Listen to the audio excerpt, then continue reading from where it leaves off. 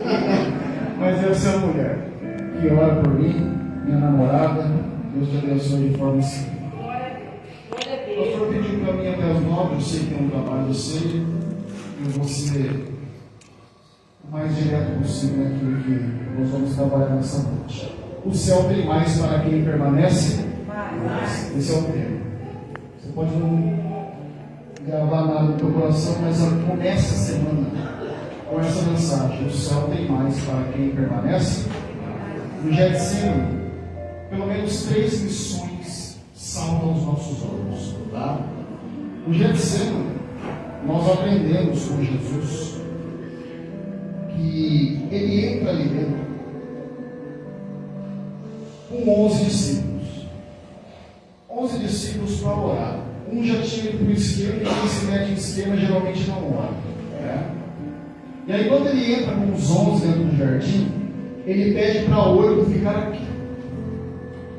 E aí ele leva 3 mais adiante, coloca aqui, anda aproximadamente 25 metros e ora sozinho. Sabe o que Jesus está fazendo? O Judas eu já não tenho mais porque ele escolheu. Mas no meu ambiente de oração, na minha vida de oração, tem espaço para todos os que estão comigo. Mas observe que 8 fica aqui, 3 fica aqui, e Jesus está ensinando que na nossa vida tem espaço para todos, mas um lugar específico para cada um. Glória a Deus. Não é porque tem espaço para todo mundo que você vai colocar todo mundo no mesmo nível e falar tudo para todos. Jesus é muito específico, tem espaço para todos no jardim, mas um lugar específico para cada um. Consigo ouvir um amém? Amém! Cuidado. Traga todos, mas saiba colocar cada um no seu devido lugar. Glórias ao Senhor. Dentro do jardim existem 2 grupos. Quantos grupos? 2. O de 8 que ele deixou aqui e o de 3 que ele deixou aqui. Grupo da maioria e grupo da minoria. Jesus está sendo prensado, Jesus está angustiado e precisa desabafar. Para quem Jesus desabafa? Para o grupo da minoria. Cuidado. É um erro que muita gente não tropeça. Vai desabafar no status, vai desabafar na internet, vai desabafar com quem não tem o mesmo nível de espiritualidade que você. Cuidado. Jesus chamou e disse: eu estou apavorado, a minha alma está angustiada. Mas para o grupo da minoria, é outra lição que salva. No jardim nós aprendemos que tem espaço para todos, mas um lugar específico para cada um. No jardim nós aprendemos com Jesus qual é o grupo que nós precisamos abafar. Minoria. E a terceira lição que salva do Getsemane é que nós aprendemos no jardim que o grupo do Tamo Junto dorme. Eita, Jeová! O grupo do Tamo Junto dorme. Eita, desse jeito. Sabe aqueles irmãos que falam assim: pastorzão, tamo junto. Sabe aquele linguajar? Gospel, meu mundo, meu gospel. Misericórdia, Jesus. Conta com nós, que nós é céu. Oh, aleluia. Eu olho para o Getsemane, eu entendo que o grupo do Tamo Junto dorme. O problema é que o líder desse grupo é Pedro. Tá? E ali fora, Pedro falou assim: se precisar ir para a cadeia, tamo junto. Vai não. Se precisar morrer, tamo junto, viu? Aí dentro do jardim, Jesus falou assim: a minha alma está angustiada e eu preciso que vocês me ajudem em oração. Ele fragmentou o sono dele em 3 pedaços.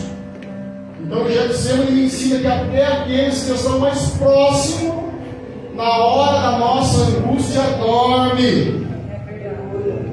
Só que é bonito que, enquanto o grupo do Tamo Junto está dormindo, Lucas diz que um anjo desce do céu e conforta Jesus. Obrigado, Senhor, aleluia! Eu acho tão lindo isso, porque a palavra confortar ali no grego é inesfio. Inesfio significa tornar forte. Sabe o que aconteceu? Enquanto os parceirão estão dormindo, o anjo desceu para tornar Jesus forte. Olha, fica tranquilo. Eles podem até dormir, mas o céu está acordado.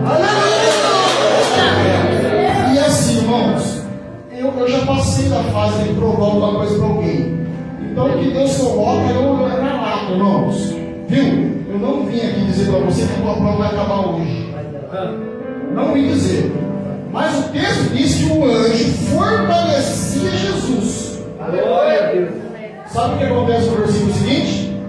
E Jesus, colocando-se em intensa oração, orava mais.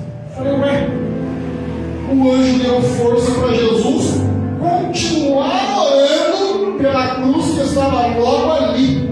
Então nessa noite Deus ele vai te fazer forte, vai te dar da prova, vai te dar capacidade, continuar orando no meio dessa pressão, porque o propósito ele nunca mudou, sempre será a cruz. Então o céu está de olho, amém? O jardim começa a receber luz, prendem Jesus e levam Jesus para o julgamento religioso.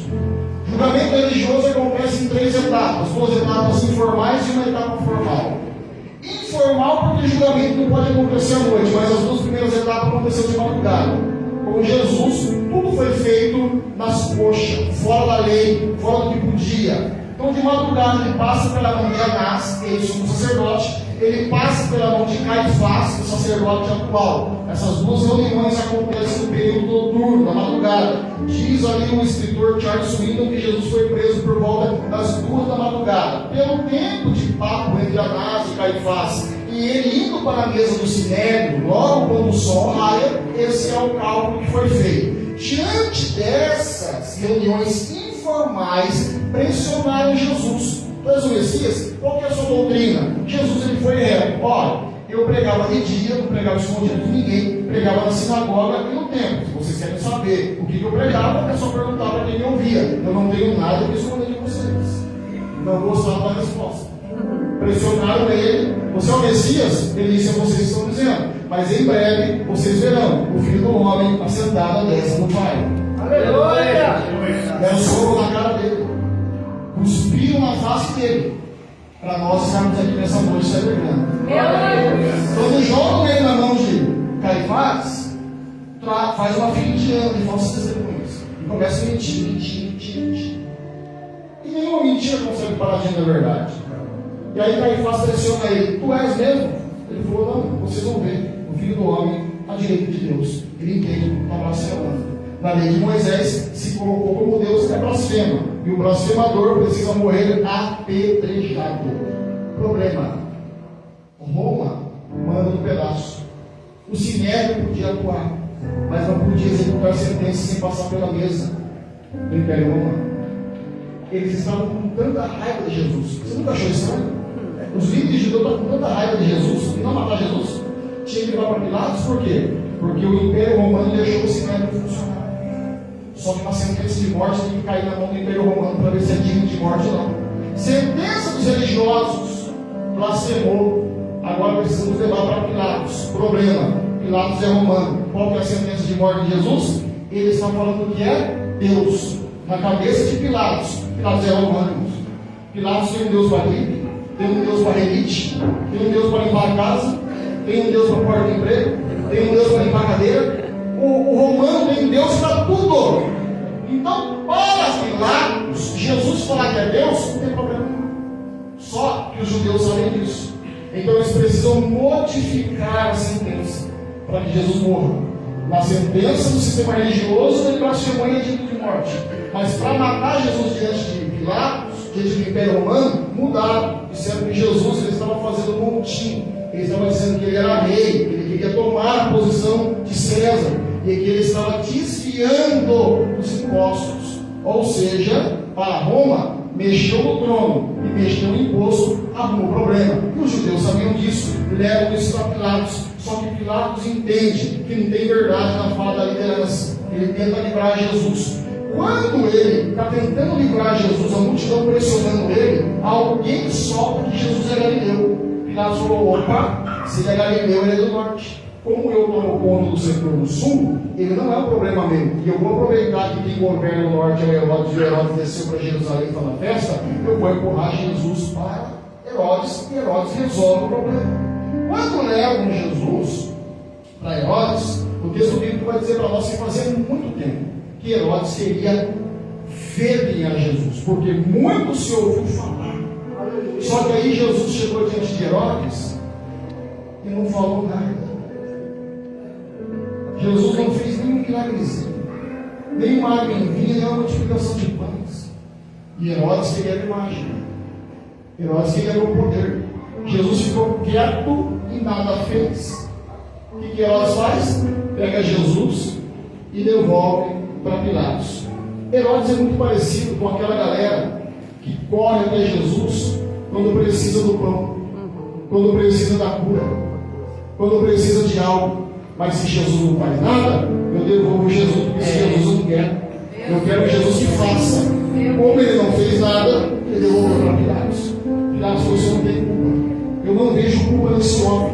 E aí ele é pressionado pela multidão, ele lava as mãos e diz que o sangue cai sobre a cabeça de vocês. É vocês que estão pedindo. E aí levam Jesus para a fortaleza de Antônio, na sala pretoriana. Quem assistiu Paixão de Cristo, aquela cena onde ele está apanhando, sala pretoriana, dentro da fortaleza de Antônio. Ali, Jesus ele foi esmagado. Lembra de Isaías gritando no capítulo 53? Moído pelas nossas transgressões, ferido pelas nossas iniquidades. Meu Deus. Ali foi o princípio dessa moedura. Ali feriram Jesus no pescoço ou no calcanhar com azorrado. Cada pancada, feridas e hematomas abertos. Jesus sentiu dores terríveis no físico. Meu Deus. Para que nessa noite nós suportemos as pressões espirituais. Em Cristo doeu, por dentro e por fora. Para nós não está tão difícil quanto parece, irmãos. Para nós está um pouquinho mais fácil, mas é porque tem alguém que nos amou de forma extraordinária. Foi surrado. Coloca uma coroa de espinho na cabeça dele e cana. Ferem a caixa craniana, o crânio. E aí levam ele para o colo. Zombam dele, colocam uma capa vermelha lá no colo. Eles colocam um prego nos pulsos, colocam um prego nos pés. Dor terrível. Eu só estou narrando aqui o que já foi cantado desde o fim da harpa até a hora de pouco. É o amor. E alguém disse, e ficou muito famoso, que se você quer saber a definição de amor, não vá ao dicionário ou ao Calvário. Então, é o amor de Jesus gotejando por nós. Aleluia. Pregaram 9 horas da manhã, 3 horas da tarde, ele diz: está consumado. Entrega o Espírito ideal. 3 horas da tarde, o dia do judeu fecha às 18. Rapidinho tiraram ele da cruz, porque o dia seguinte é o Shabat. Aliás, em dias comuns não pode ter ninguém pendurado no madeira à noite, principalmente no Shabat. Em 3 horas tiraram o corpo dele, colocaram na especiaria e colocaram Jesus dentro do sepulcro. Passa o sábado, passa o domingo. Domingo vem chegando, melhor dizendo. E aí, quando o domingo vem chegando, de manhãzinha, lá vem uma mulher até o sepulcro. E eu acho tão fantástico que Maria vai até o sepulcro e percebe que a pedra está removida.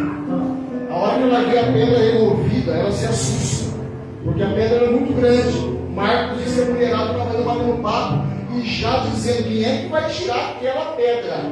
Quando ela chega de madrugada, tem luz solar, a pedra removida, Maria Madalena, e entra João 20. Maria Madalena corre até a casa e avisa os discípulos: a pedra da porta do sepulcro está removida. De todos os discípulos que estavam lá dentro, dos 11, 2, Pedro e João, saem correndo em direção ao sepulcro. No capítulo 20, João, muito engraçadinho, ele fez questão de dizer que ele ganhou na corrida do apóstolo Pedro. Ele deixou o Pedro para trás, ele colocou no papel, né? Ele ganha a corrida, mas quando ele chega na porta do sepulcro, ele não entra, ele dá uma olhada. E aí lá vem o Pedro. E quando o Pedro chega, ele entra primeiro, para depois olhar. Isso aqui é reunião de obreiro. Tá? Isso aqui é uma reunião de obreiro. Se você quiser, depois você tem que usar. Aí eu converso para outra hora, né? Não vou entregar tudo, né, irmão? Eu entrego tudo hoje e depois volta como? Né? Mas Pedro era o líder. João é o homem que colocava a cabeça no peito, mas Pedro era o líder. E aí João, olha que obreiro, irmãos, ele chega, olha e não entra. Pedro não entrou lá dentro. E depois que Pedro entra, João entra e vê também. O texto diz que eles creram mas não entenderam porque as escrituras ainda não tinham se esclarecido na cabeça. E aí Cristo vai dizer para nós que ele sai do sepulcro e volta para casa. No que eles estão voltando para casa, irmã Maria está voltando para o sepulcro. De propósito, eu li o versículo 1 e o versículo 11. Porque o versículo 1 ela foi ao sepulcro. E no versículo 11 é a segunda vez que ela está no mesmo lugar. Só para lembrar você, o céu tem mais. Aleluia. Aleluia. Eu creio. Para quem permanece, ela Aleluia. foi até o sepulcro, pedra removida, ela volta, já são duas caminhadas. Avisa os obreiros vão ao sepulcro, vê que não tem ninguém e volta. Porque eles estão voltando para o conforto, ela está voltando para o sepulcro. Esforço. E aí, o que Deus me deu é simples. O que nós aprendemos com a irmã Maria aqui é fantástico, irmãos. Porque na primeira ida ao sepulcro, ela está indo até um Jesus que não pode oferecer nada para ela. Por quê? Porque Jesus morreu. Ele morreu 3 horas na sexta-feira. Sepultaram ele, eu vi correndo a pedra. Jesus está morto. E um Jesus morto pode fazer o que por mim, pastor? Nada. Mas, mesmo sem Jesus poder fazer nada por ela gasta um dinheiro, compra um perfume para colocar no corpo de Jesus. É mais ou menos assim, ó. Ela está indo até o sepulcro de Jesus com um valor para derramar um Jesus que não pode fazer nada por ela. Meu Deus. Aleluia. Essa mulher, irmãos. É forte. Aleluia. Essa mulher, mas ela bateu em mim de varinha de marmelo. Porque é fácil ir atrás de Jesus que pode curar. É, Jesus. Olha É aí. fácil ir atrás de Jesus que pode multiplicar. É fácil ir atrás de Jesus que pode tirar o meu filho das drogas. Mas ir até Jesus e oferecer o que eu tenho de melhor, quando Ele nada pode me oferecer, aí é Meu papo para Deus. adorador. Aleluia. Aleluia. Aí é papo para adorador, porque ir até um Jesus que nada pode me dar, mas isso revela um coração grato. É verdade. Porque a história diz que lá atrás Jesus já tinha expulsado 7 demônios dela. Ela sabe que Ele já fez por ela. Ou seja, ela tem gratidão no coração. Eu sei que agora não vai fazer nada por mim, mas por tudo que Ele já fez, eu continuo adorando, eu continuo indo, eu continuo frequentando ceia. Eu sei que Ele pode não fazer nada, mas eu sei também o que Ele já fez por mim. Por mais que seja difícil, irmãos, já está muito melhor do que quando você não estava com Jesus. Já está muito melhor. Na segunda ida dela é pior ainda. Porque na primeira, ela está indo atrás de Jesus que não tem vida. A segunda ida fica mais difícil de entender. Por quê? Porque ela sabe agora que nem o corpo está lá. Se eu sei que nem o corpo do homem está lá, o que eu estou indo fazer lá? Olha que lição, irmãos. Sabe o que é isso? Persistência. Aleluia. Isso aqui fala de persistência. Ela é uma mulher que permanece. Glória a Deus. Foi, pedra removida, voltou. Avisou o líder e o obreiro que coloca a cabeça no peito. Os dois entrou lá dentro e voltou para. Mas não é para esse ficar lá? Não é o líder. Não é o obreiro que colocava a cabeça no peito de Jesus? Mas eles não ficam. Eles não permanecem, eles voltam para casa. Agora a irmã Maria, adoradora, falou: não, vou voltar. Ela está mostrando para nós que ela é alguém que permanece. E o céu tem mais. Aleluia. Para quem permanece, é só depois que ela volta a segunda vez que o céu começa a se manifestar, irmãos. Nesse texto eu acho lindo, porque o céu tem mais para todos, mas no jardim de João 20, o céu tem mais para quem permanece. O céu tem mais para quem permanece. Deus diz que a hora que ela volta, ele baixou na porta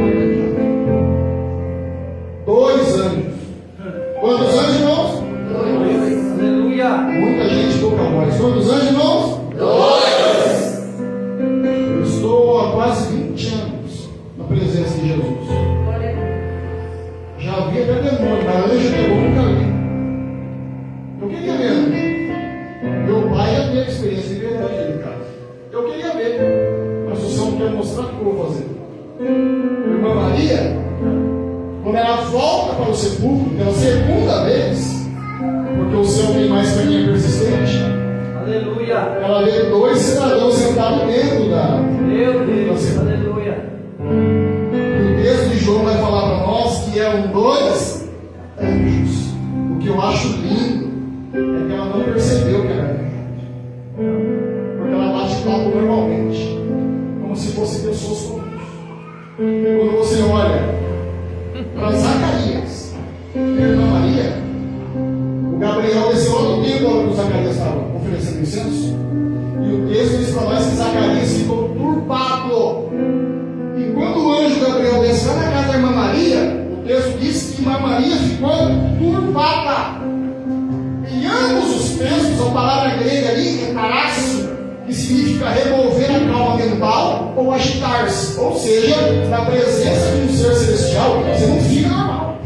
Dá uma agitação, dá um susto, alguma coisa, mas normal não fica. Aleluia. Pode ver João na sua casa, ela está batendo papo normalmente. E ela não percebe que é 2 anjos que estão ali dentro. Eu lendo esse texto, me incomodou. Falei, Deus, o Senhor é onisciente.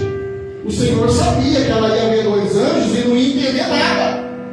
Porque mesmo o Senhor sabendo que ela não ia entender que era um anjo, o Senhor mandou 2 anjos lá dentro. E aí eu estava lendo esse texto, irmãos, e eu achei tão interessante que a resposta de Deus foi: o céu não economiza para quem é fiel e persistente. Olha que resposta simples. Foi: o Senhor colocou 2 anjos lá dentro, sabia que ela não ia entender, e mesmo assim deu essa experiência para ela. Aí eu estava lendo João 20 e entendi que ela foi persistente. Ela foi uma vez até Jesus e não pode oferecer nada. Ela sabia que o corpo não estava lá, voltou de novo. Eu entendi que o céu não economiza para quem não para. Aleluia. O céu tem mais para quem não para. O céu continua aberto para quem não para. Será que Deus trabalha dessa forma? Trabalha. Na sua casa, leia Atos 12. Lembra que Pedro estava algemado na cadeia? O anjo tocou nele, levantou, o corrente caiu, passou pela guarda, chegou no portão principal da prisão, o portão de ferro abre, o anjo sai com Pedro lá na rua. E quando ele sai lá na rua, o anjo desaparece. A hora que o anjo desaparece, o texto diz assim, ó, que Pedro foi o alvo. Isso é de verdade. Chega a um sonho. Estava vendo uma parte de uma experiência e não tinha caído a ficha que era real. Só lá na rua ele falou: uai, é de verdade, é o céu, é Deus, é um anjo. Aleluia. Não é porque você me entende que o céu não atua. De repente o céu já está trabalhando faz tempo, que a tua ficha ainda não caiu, mas o céu não se fecha.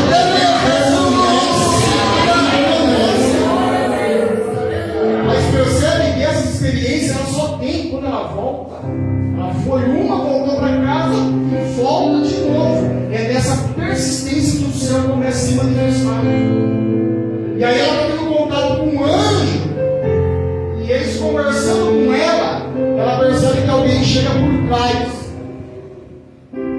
Esse é claro, Jesus vem por trás dela.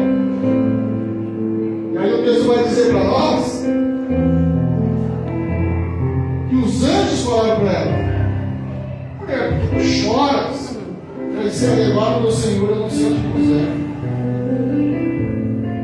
E ela, tendo dito isso, voltou-se para trás e viu Jesus em pé, mas não conheceu que era Jesus.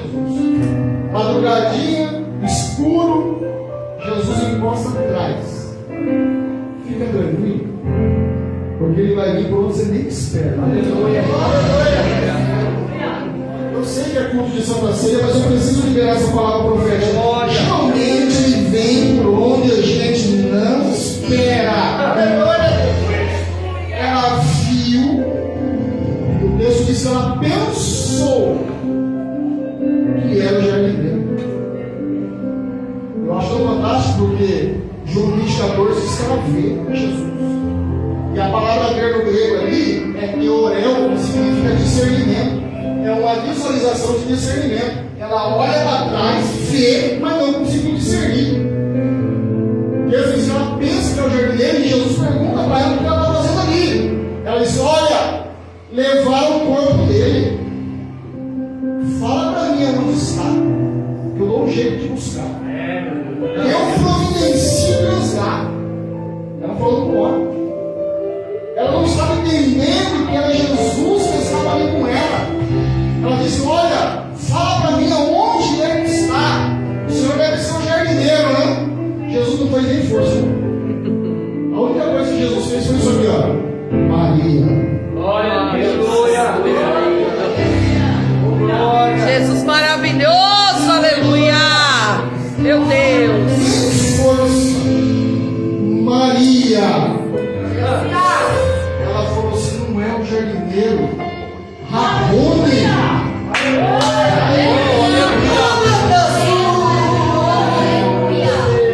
Ó, Madalena não é nome composto. Madalena não é o nome dela. Madalena é porque ela é de Magdala. Maria é de Magdala. Fica mais fácil chamar de Maria Madalena. Então Madalena é geografia. E Magdala, pastor João, mais ou menos 140 quilômetros de Jerusalém.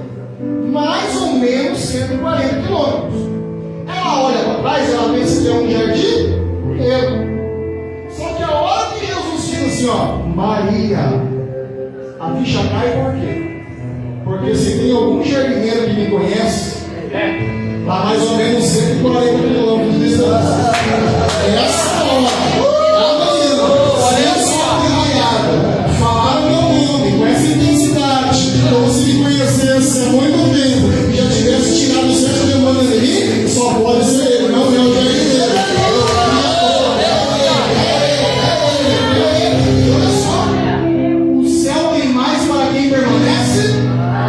Quando ela foi a segunda vez para o sepulcro, ela teve contato com um anjo, que já é algo extraordinário. Só que aqui, irmãos, nós somos treinados na Bíblia, né? Que a gente não fica feliz com a presença de anjo. Aqui a gente quer a presença do dono do anjo. Porque o importante é o dono do anjo. É o Jesus que manda nos anjos, né? Eu acho bonito, por quê? Porque a essa altura do campeonato, Jesus já colocou a morte no lugar dela. Lembra do cântico do apóstolo Paulo, na primeira carta aos Coríntios? Ó morte, aonde está o teu aguilhão? Ó inferno, aonde está a tua vitória? Jesus já tinha dobrado o aguilhão da morte. Falou: se acelera, nem é pecador.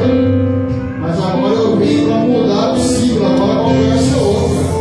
Nessa altura do campeonato, Jesus ele já venceu a morte, Jesus ele já é o Todo-Poderoso, e daqui a pouco ele vai ser exaltado de forma soberana. Mas sabe o que é bonito? Que mesmo ele sendo quem é, ele não esquece quem nós somos.